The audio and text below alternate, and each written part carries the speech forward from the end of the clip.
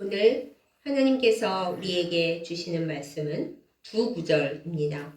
먼저 야고보서 3장 1절 말씀, 이어서 요한복음 13장 14절 말씀입니다.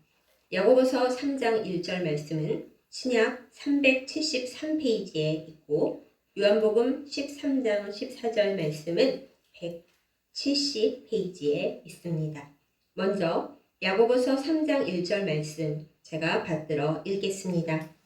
내 형제들아, 너희는 선생된 우리가 더 큰 심판을 받을 줄 알고 선생이 많이 되지 말라. 아멘. 이어서 요한복음 13장 14절 말씀 받들어 읽겠습니다.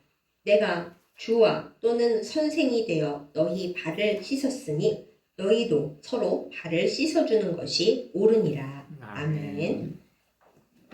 기도하겠습니다. 은혜로우신 아버지 하나님, 우리를 불러주시고 하나님의 말씀 앞에 있게 하심을 감사드립니다. 이 시간 우리가 눈을 크게 뜨고 우리의 귀를 열고 하나님께서 우리에게 주시는 말씀과 뜻을 받고 깨닫고 그리고 실천할 수 있도록 성령의 은혜를 부어 주시옵소서. 우리가 나가서 선생 노릇 하기 이전에 우리의 영원한 주님과 선생님이 되시는 주님의 뜻을 알고 순종하도록 인도하여 주시고 깨워 주시옵소서. 예수님의 이름으로 간절히 기도드렸사옵나이다. 아멘. 5월에는 참 많은 날들이 있습니다. 그 중에 5월 15일은 스승의 날입니다. 제가 어렸을 적에는 스승의 날에 학교에서 행사가 많이 있었습니다. 고등학교 시절에는 여고생들이 모두 똑같이 한복을 차려입고 운동장에 나가서 모든 선생님들 앞에 큰 절을 드리기도 했었습니다. 대학 때에도 마찬가지입니다. 교수님들께 선물을 준비하여 드리고 또 편지를 전하기도 했습니다. 그런데 요즘 스승의 날은 전혀 그렇지가 않죠. 많은 학교들이 아예 등교를 안 합니다. 그리고 선생님께 또 교수님께 편지와 선물을 전달하는 것은 문제의 소지가 많기 때문에 금지되는 경우도 많이 있습니다. 왜 이렇게 되어버렸을까 생각을 해봅니다. 가장 큰 이유는 선생님과 또 교수라는 그 일이 그저 직업이 되어버린 까닭이 크다 생각이 됩니다. 정보를 전달하는 사람, 배우려는 사람에게 돈을 받고 배워야 할 지식을 전달하는 사람으로 되어버렸기 때문에 예전에는 분명히 스승님이고 사부님이었는데 이제는 그렇지 않다라는 것이죠. 또 다른 이유가 하나 있습니다. 사실은 요즘엔 그 이유가 더 큰 것 같다 생각이 드는데요. 이제는 더 이상 내가 윗사람이라고 해서 또 경험이 많다고 해서 존경받고 또 권위를 드러내고 사람들한테 말을 막 해도 되는 시대가 아니게 되었다는 것입니다. 우리는 사람들에게 잔소리 듣는 것을 싫어하고요. 선생님과 어르신들이 본인들의 경험을 우리에게 말로 얘기하면서 소위 훈계하는 것을 싫어합니다. 세상도 권위라고 해서 막 지시를 하거나 명령을 하거나 이렇게 해 그러면 다 싫어하는 세대가 되어 버렸죠. 그러다 보니까 선생님이 스승님이 되는 경우가 많이 없고요. 심지어는 요즘 학교에서는 선생님이 폭행을 당하는 경우도 많이 볼 수가 있죠. 참 슬픈 일입니다. 그런데 늘 언제나 세대를 앞서가는 영원한 말씀 성경에서는 우리에게 확실하게 전달합니다. 선생이 많이 되지 말라고요. 오늘 우리가 함께 나눈 본문 첫 번째 말씀 야고보서 3장 1절 말씀에도 너희는 선생된 우리가 더 큰 심판을 받을 것을 생각하고 선생이 많이 되지 말라. 아예 이렇게 말씀을 하고 있습니다. 왜 선생이 되지 말라고 얘기합니까? 하나님 앞에 선생된 자, 누군가에게 자꾸 가르침을 주고 이렇게 저렇게 해야 한다. 또 말과 행동과 그리고 영향력에서 뭔가 큰 일을 하는 사람들이 하나님 앞에서는 더 자세한 눈으로 주님께 살핌을 받기 때문에 심판을 두려워하는 마음으로 선생되기를 좋아하지 말라. 이렇게 말씀을 주고 계시는 것입니다. 그런데 우리는 많은 경우 선생이 되고 싶어 합니다. 요즘은 안 그렇지만 예전에는 잘 모르는 분을 높여서 부를 때 김 선생님, 박 선생님 이렇게 선생님이라는 호칭을 사용했잖아요. 그분이 진짜 선생님이라서가 아니라 상대방을 존경한다는 의미로, 존중한다는 의미로 선생님이라는 호칭을 사용했던 것입니다. 여러분은 암흑의 선생님이십니까? 오늘 설교 제목이 암흑의 선생님이십니까? 인데 이 말씀을 드리는 것은 우리가 사람들한테 위더른 취급받기를 원하고 뭔가 말로 사람들에게 내 경험과 내 정보를 가르쳐준다. 너가 걱정돼서 말한다. 너에게 관심이 있어서 말한다. 라는 이유로 가르치고 지시하는 말을 많이 하는지 안 하는지 그것을 생각해 보기 위해 말씀의 제목을 이렇게 전했습니다. 여러분은 바리새인들을 잘 아실 것입니다. 바리새인들은 예수님 시대에 유대인들의 가장 높은 선생님들이었습니다. 실제로 그들은 선생님이었습니다. 율법 교사였고요. 백성들에게 율법을 잘 지키는지 안 지키는지 이렇게 얘기를 계속하면서 본인들은 굉장히 잘 지킨다고 과시하고 다녔던 사람들입니다. 그런데 여러분 아세요? 예수님께서 싫어하시는 정말 얼마 안 되는 유대인들이 있었는데 그들이 바로 바리새인들이었습니다. 심지어 예수님은 바리새인들을 향해서 욕도 하셨습니다. 예수님께서 욕을 하시다니 그만큼 바리새인들을 싫어하셨습니다. 왜 바리새인들을 싫어하셨을까요? 그들이 백성의 선생이면서 사실은 선생으로서 역할을 제대로 하지 못했기 때문입니다. 마태복음 15장 14절 말씀을 보면 예수님께서 말씀하십니다. 시각장애인을 인도하면 다 구덩이에 빠진다고요. 그렇게 예수님께서 바리새인들을 어이없어 하시고 한심해 하신 이유가 있습니다. 그들은 율법을 사람들에게 말로 가르쳤습니다. 말로 판단하고 말로 정죄했습니다. 그리고 자기들은 하나님 앞에 그 율법을 잘 지킨다고 자신했습니다. 그런데 예수님은 그들이 시각장애인이라고 얘기하셨던 거죠. 우리는 사람들에게 나의 경험을 전달하고 그렇게 되면 안 된다, 이렇게 하면 안 된다, 많은 이야기들을 합니다. 그런데 주로 무엇으로 얘기를 하나요? 요 입으로 얘기를 하는 거예요. 우리의 입술로 사람들에게 이런저런 얘기를 하고 그렇게 나의 사랑과 걱정과 배려를 나타낸다. 우리는 그렇게 생각하지만 듣는 사람들은 그렇게 안 듣는다는 것입니다. 많은 사람들은 귀로 들어오는 말이 나를 정말 사랑해서 하는 말인지 아니면 그냥 내가 하는 게 못마땅해서 그리고 내가 뭔가를 잘못하고 있다고 상대방이 여기기 때문에 말하는 것인지 기가 막히게 압니다. 왜냐하면 우리는 영혼을 가지고 있는 하나님의 형상이기 때문이죠. 심지어 우리뿐만 아니라 하나님께서 창조하신 동물도 식물도 사람이 어떤 말을 자기에게 하는지 어떤 아우라를 내뿜고 있는지 다 압니다. 그래서 칭찬을 하면은 온순해지고 또 잘 자랍니다. 그러나 늘 야단을 치고 이렇게 하면 안 된다. 너 그래서 쓰겠냐. 너 못생겼다. 이렇게 말하면 동물도 식물도 점점 안 좋아지는 거예요. 그러니 우리가 선생으로서 사람들을 가르친다라는 것이 우리의 입술로 누군가를 판단하고 너는 그렇게 했으니까 잘못했어. 고쳐야 돼. 라고 말해서는 하나님의 나라를 이룰 수 없다는 걸 우리는 알아야겠습니다. 바리새인들이 그걸 못했기 때문에 예수님께서 바리새인들을 아주 싫어하셨던 거예요. 어쩌면 바리새인들은 억울했을지도 모르겠습니다. 우리는 정말 하나님의 율법을 잘 지키려고 그리고 하나님의 나라가 빨리 이 세상에 오게 하려고 열심히 하고 있는데 우리의 열심과 또 우리가 백성들을 전부 다 깨끗하게 만들려고 하는 그 열심과 그 정성을 예수님이 너무 몰라준다 이렇게 생각했을 겁니다. 그러나 예수님은 우리에게 확실히 얘기하시는 거죠. 그 행동을 왜 입으로 하냐고요. 우리가 나타낼 사랑은 입으로 하는 사랑이 아니라 우리의 손으로 그리고 우리의 마음으로 꼭 말로 하고 싶다면 위로하는 말로 나타내어야 된다는 것이 예수님의 생각이셨습니다. 그런 것을 예수님께서 보여주시는 본문이 바로 우리가 두 번째 나눈 말씀 본문입니다. 요한복음 13장 예수님께서 고난 당하시기 전날 성목요일에 제자들과 함께 계실 때 일어난 일입니다. 우리만 선생 되기를 좋아하는 것이 아닙니다. 예수님의 제자들도 항상 누가 제일 서열이 높은가, 누가 더 선배인가, 누가 예수님 최측근인가, 이걸 가지고 경쟁을 많이 했습니다. 그러다 보니까 무려 선생님이신 예수님을 모시고 식사를 하는데 제일 낮은 사람이 그 높은 사람의 발을 씻어야 되는 거잖아요. 스승이신 예수님의 발을 씻는 것조차 아무도 나서서 하지를 않고 서로 누가 내 발을 씻어주는 거지? 누가 나보다 낮은 거지? 너 나보다 어리잖아. 너 나보다 경험이 없잖아. 너 나보다 문제 있잖아. 하면서 서로에게 떠넘기고 눈치만 보고 있었습니다.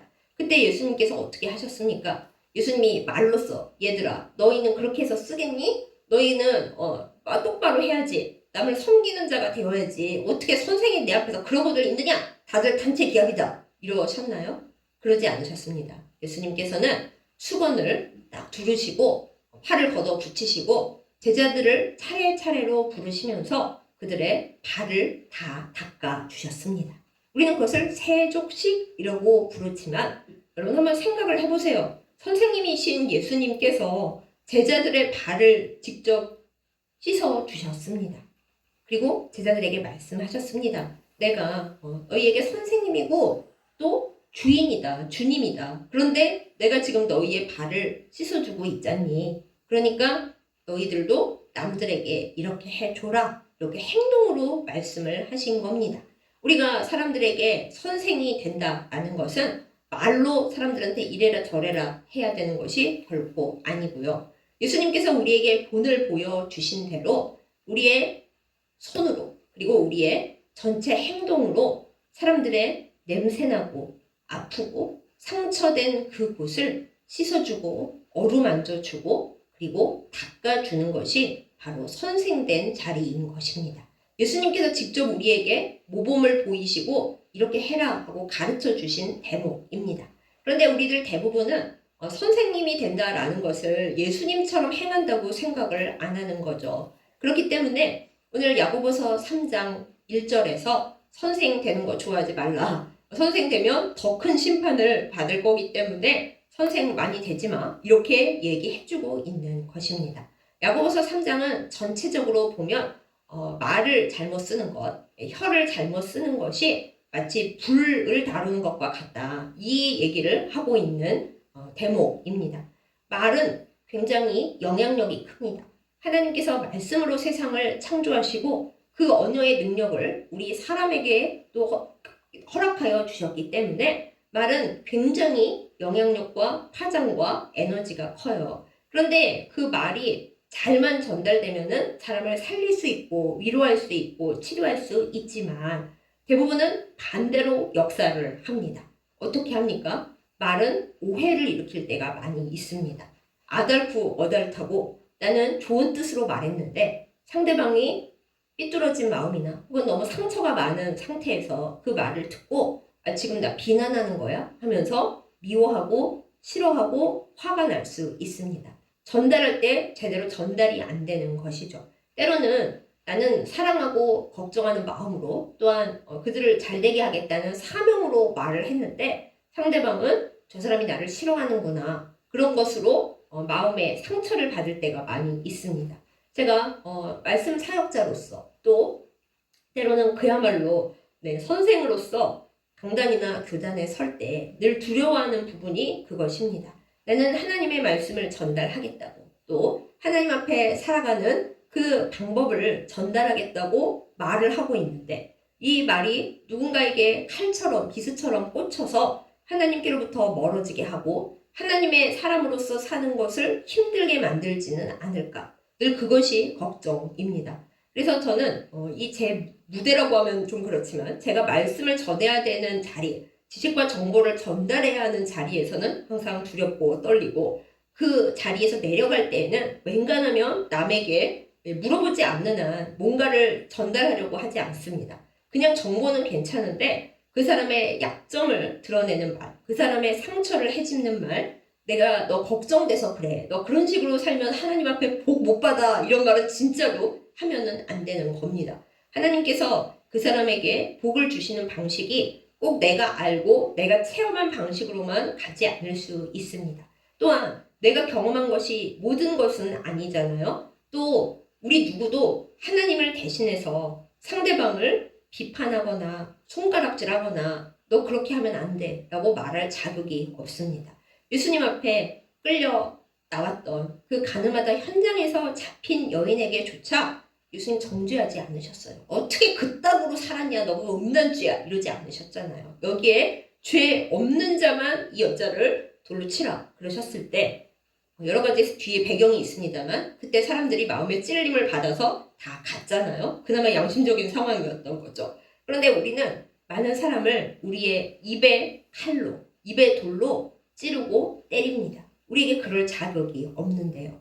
그러면 하나님께서 하늘에서 보시고 우리한테 얘기하시는 거죠. 너는 선생 노릇하고 있는 너는 그거 지금 하고 있냐? 잘 되고 있냐? 이렇게 물으시고 나중에 하나님 앞에 섰을 때 주님께 말씀 들어야 할 우리의 심판거리가 되기 때문에 그래서 굉장히 위험천만한 그런 일이라는 것입니다. 하나님은 우리에게 바리새인들의 그 상황을 통해서 말씀 주십니다. 많은 사람에게 우리도 지지 못하는 짐을 지웁니다. 너는 정확한 사람으로서 이걸 해야지. 하나님의 사람으로서 이 법을 지켜야지. 세상의 법도 잘 지켜야지. 너 하나님 믿는 사람이라면서 그러면 돼? 하고 이것저것 씌우는데 하나님은 그것을 우리에게 말씀하시면서 너희는 율법을 얘기하고 율법을 잘 지키라고 얘기하면서 사실은 너희의 말 속에 사랑이 없다라고 지적하시는 것이죠. 사람들에게 이래라 저래라 할 수 있는 것은 오직 하나님의 말씀을 통해서입니다. 내가 내 경험이나 내 감정이나 저 사람이 많이 부족하다라는 생각으로 봐서는 결코 그 사람을 변화시킬 수가 없습니다. 그래서 우리가 생각하는 거죠. 그럼 어떻게 하면 좋을까? 우리가 어떻게 하나님의 말씀을 바로 전달하고 사람을 정말 걱정하고 사랑하는 마음으로 변화시킬 수 있는 그 자리가 우리의 그 선 자리가 될 수 있을까? 어떻게 하면 좋을까? 그것에 대해서 하나님께서 우리에게 또한 성경 말씀을 통해 알려주십니다. 예수님께서 입이 아닌 손으로 제자들의 가장 냄새나고 더럽고 하루 종일 걸어서 피곤했을 그 발을 씻어주신 것처럼 우리도 상대방의 상처를 어루만져 주고 상대방의 고통을 함께 나누어야 합니다. 그 말씀이 로마서 12장 15절에 있거든요. 아주 간단한데 우리가 잘 못하는 거예요. 즐거워하는 자들과 함께 즐거워하고 즐거워하는 사람을 보면 같이 기뻐하는 거예요. 너 그거 복 언제 없어질지 모르니까 교만하지 마 이렇게 말하는 게 아니라 그렇게 즐거운 일이 있다니 너무 축하합니다. 그동안 고생 많이 하셨는데 너무 기쁘네요 하고 함께 즐거워하는 거 이것이 바로 선생된 일입니다. 제가 힘겨운 일을 아는데 그렇게 기쁜 일을 받으셨으니 너무 좋습니다. 하나님의 은혜입니다. 그것이 선생되고 선배된 자의 말인 것입니다. 그 다음은 조금 더 어려운데요. 슬퍼하는 자들과 함께, 우는 사람들과 함께 울라라고 그렇게 말씀이 되어 있습니다. 우리는 위로하러 가야 되는 자리에서 우리가 하나님을 믿는다고 하면서 그 사람이 왜 이 고통을 당하게 됐는지 자꾸 그 이유를 찾아서 말해주려고 합니다. 당신이 그러니까 그동안 하나님 일을 열심히 안 해서 이렇잖아요. 회개하고 돌아오세요. 이러거나 정말 큰 슬픔을 당한 사람들에게 우리가 뭐 하나님 앞에 잘못한 거 있나 찾아보라 그러지를 않나. 하나님 앞에 이것마저 내려놓으라고 하나님이 지금 잠시 뺏어 가신 거니까 똑바로 우리 합시다. 뭐 이렇게 말을 해요. 그런데 그거 아무 쓸모 없거든요. 저도 제가 슬픔을 당했을 때 무슨 이런저런 이유를 대면서 기도합시다. 그동안 뭐 똑바로 안 한 거 있느냐. 기도를 덜해서 그렇다. 이런 말 정말 맞는 말씀인데도 마음이 많이 아팠습니다. 그럴 때는 그냥 아무 말도 안 하고 같이 울어주는 사람, 같이 울면서 기도해주는 사람이 제일 위로가 됐어요. 그러니 성경 말씀이 딱인 거죠. 우리가 정말로 인생의 선배고 인생의 선생님이고 하나님의 말씀을 좀 더 아는 사람들이라면 즐거워하는 사람들과 함께 같이 막 즐거워하고 기뻐하고 누가 울고 있으면은 왜 우는지 그 원인이 죄에 있다고 그렇게 찾지 말고 같이 울어주는 것, 같이 눈물을 흘리고 같이 기도해주는 것 이것이 우리가 선생으로서 할 일이라는 것이죠. 그리고 이것이 바로 사랑이라는 것입니다. 로마서 13장 10절에 더 중요한 말씀이 있습니다.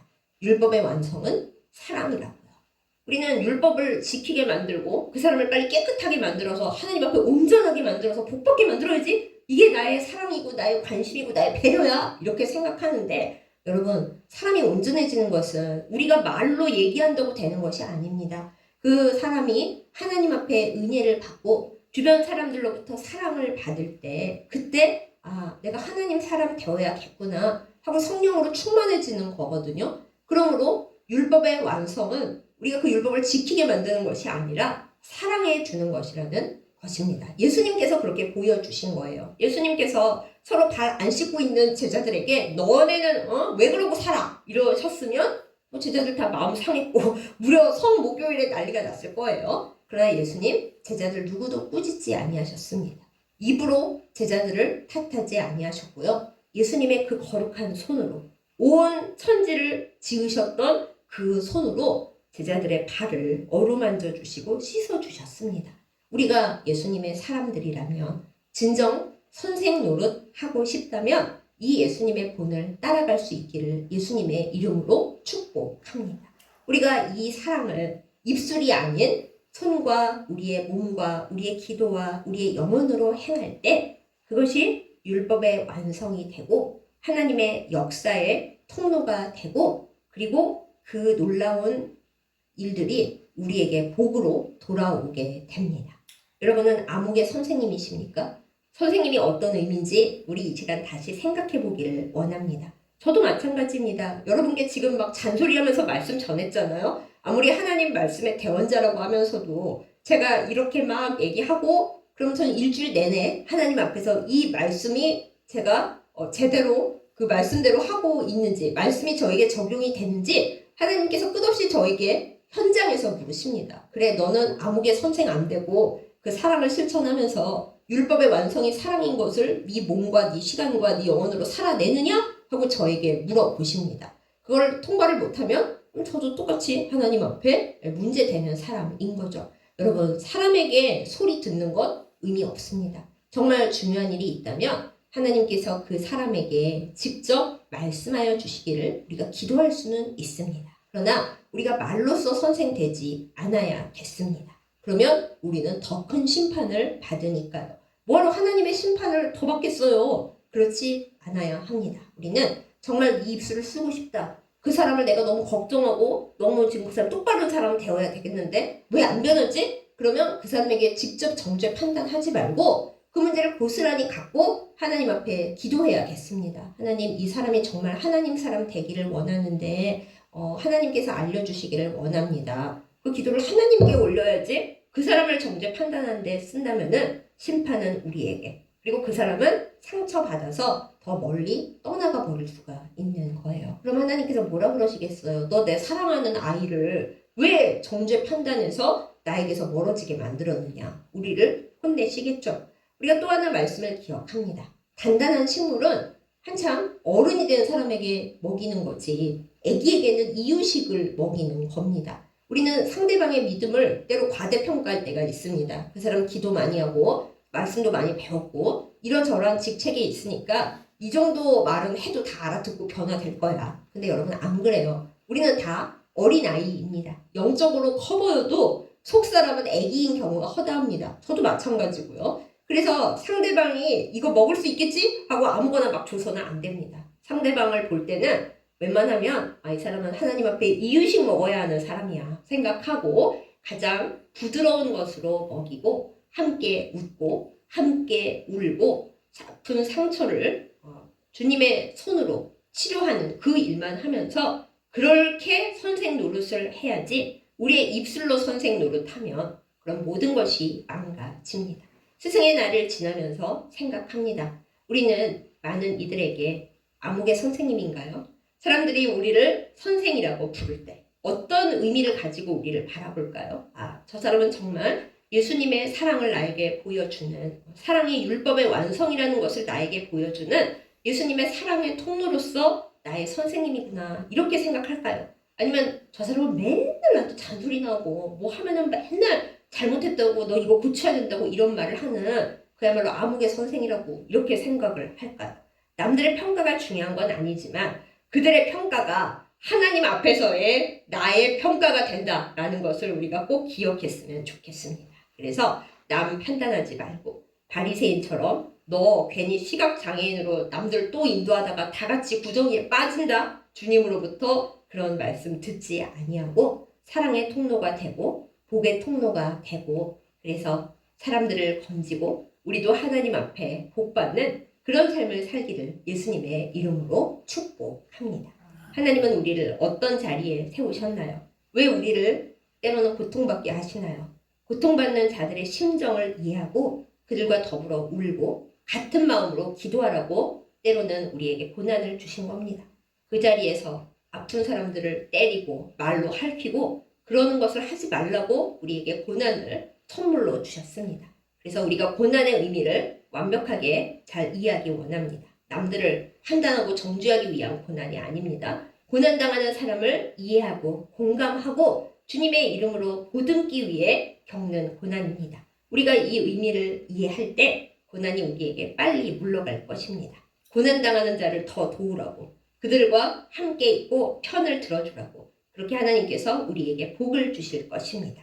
그러한 은혜를 받아 누리는 우리 모두이기를 예수님의 이름으로 축복합니다.